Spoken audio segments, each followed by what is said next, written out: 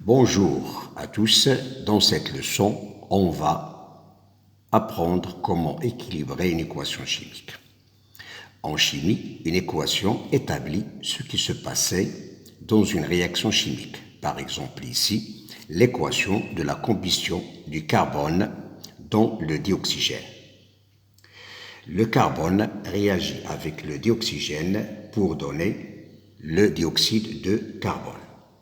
On peut également écrire en utilisant les formules chimiques. À gauche de l'équation sont écrits les réactifs qui réagissent dans la transformation et à droite les produits formés, c'est-à-dire CO2. Voilà les réactifs, voilà les produits.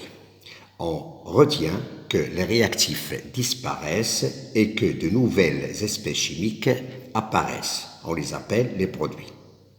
Selon le principe de la conservation de la matière établi par le chimiste Lavoisier, chimiste français, lors d'une réaction chimique, aucun atome ne disparaît, aucun n'est créé, il se commune différemment pour donner de nouvelles molécules.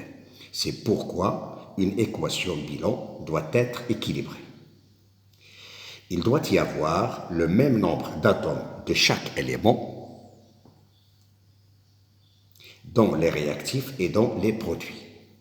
Parfois, si au cours d'une réaction chimique, il y a des ions qui participent, on doit équilibrer les charges. Reprenons l'équation précédente. Afin de vérifier cette loi, qu'est-ce que je vais faire? Dans les réactifs, je vais compter le nombre d'atomes de carbone. On a 1. Le nombre d'atomes d'oxygène, c'est 2. Je passe maintenant au produit. Le nombre d'atomes de carbone, c'est 1. Le nombre d'atomes d'oxygène, c'est 2. On dit que l'équation est équilibrée. Je vais passer maintenant à notre exemple. C'est l'exemple de la combustion complète du méthane CH4 avec le dioxygène O2. On sait bien que au cours d'une combustion complète, il y a formation du dioxyde de carbone CO2 et de l'eau H2O. Je vois bien que cette équation n'est pas équilibrée. Je vais compter le nombre d'atomes de carbone dans les réactifs. On avait 1. Nombre d'atomes d'hydrogène, c'était 4. Nombre d'atomes d'oxygène, c'est 2. Je passe maintenant au produit. Nombre d'atomes de carbone, c'est 1. Nombre d'atomes d'hydrogène, c'est 2. Et nombre d'atomes d'oxygène, 2 plus 1, c'est 3. Donc on voit bien que cette équation n'est pas équilibrée. Pour l'équilibrer, c'est interdit de toucher à la formule de la molécule. On va simplement chercher par quelques coefficients qu'on doit multiplier les molécules afin d'équilibrer l'équation. Ces coefficients, on les appelle les coefficients stoichiométriques. Par exemple, nombre d'atomes de carbone 1, dans les produits 1, pas de problème. Je passe à l'hydrogène. Nombre d'atomes, c'est 4.